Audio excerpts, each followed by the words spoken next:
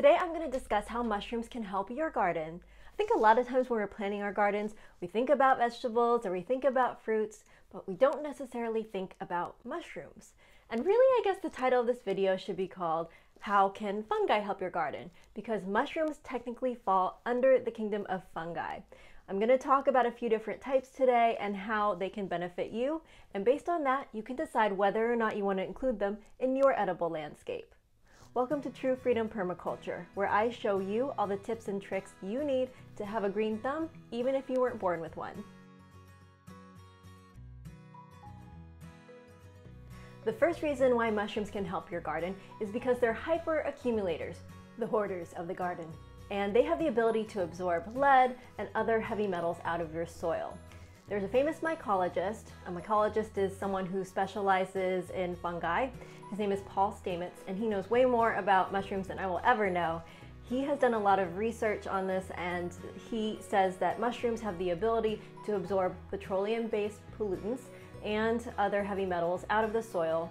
They also help to retain moisture in the soil. And this makes a lot of sense because have you ever cooked with mushrooms before?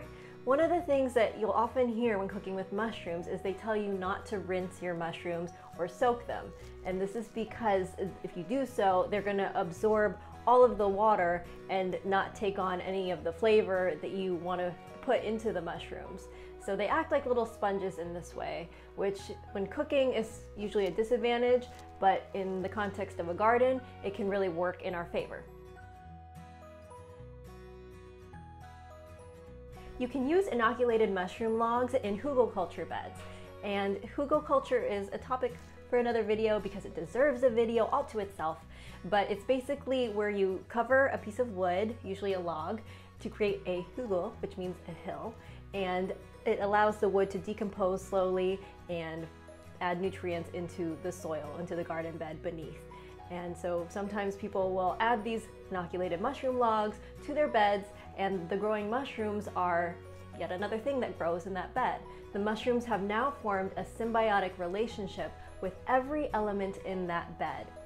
Also, sometimes mushroom growers will use their used substrate material like sawdust, and they'll use their spent mushroom logs, so logs that are no longer growing mushrooms, for material for their hugelkultur beds.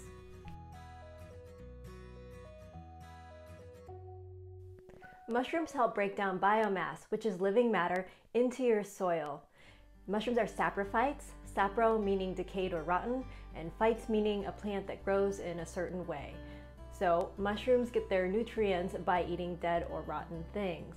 A way that you can implement this for your garden is you can create raised beds, and you can use mushroom inoculated logs as borders for your bed. And the mushrooms would help to break down the material for whatever's growing in it. I wouldn't do this in a sunny location. Mushrooms typically don't grow in full sun.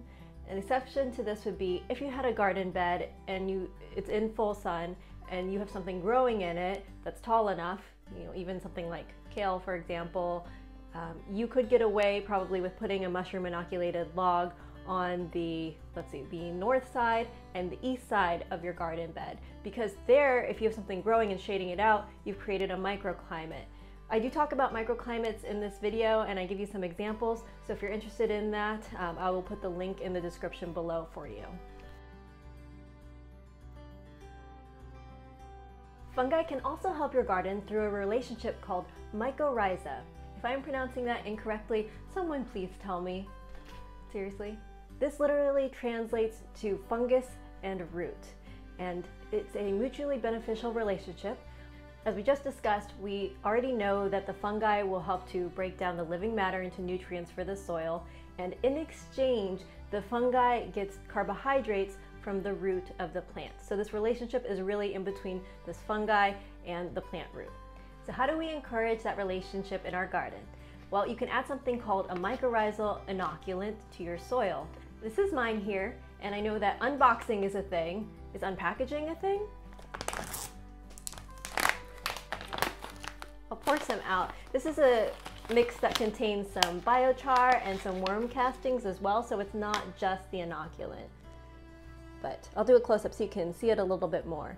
So this year I'm going to add some to my potting soil when I do seedlings, And I'm probably gonna do it when I transplant them too. So maybe I'll make a video on that, on doing some with the inoculant and some without, and show you the results. Fungi can make a wonderful addition to your garden and to your diet as well. If you'd like to learn more about the different types of edible mushrooms, then you can click on this video coming up where I discuss the health benefits of shiitakes, which are widely available now at most supermarkets. I'll see you over there.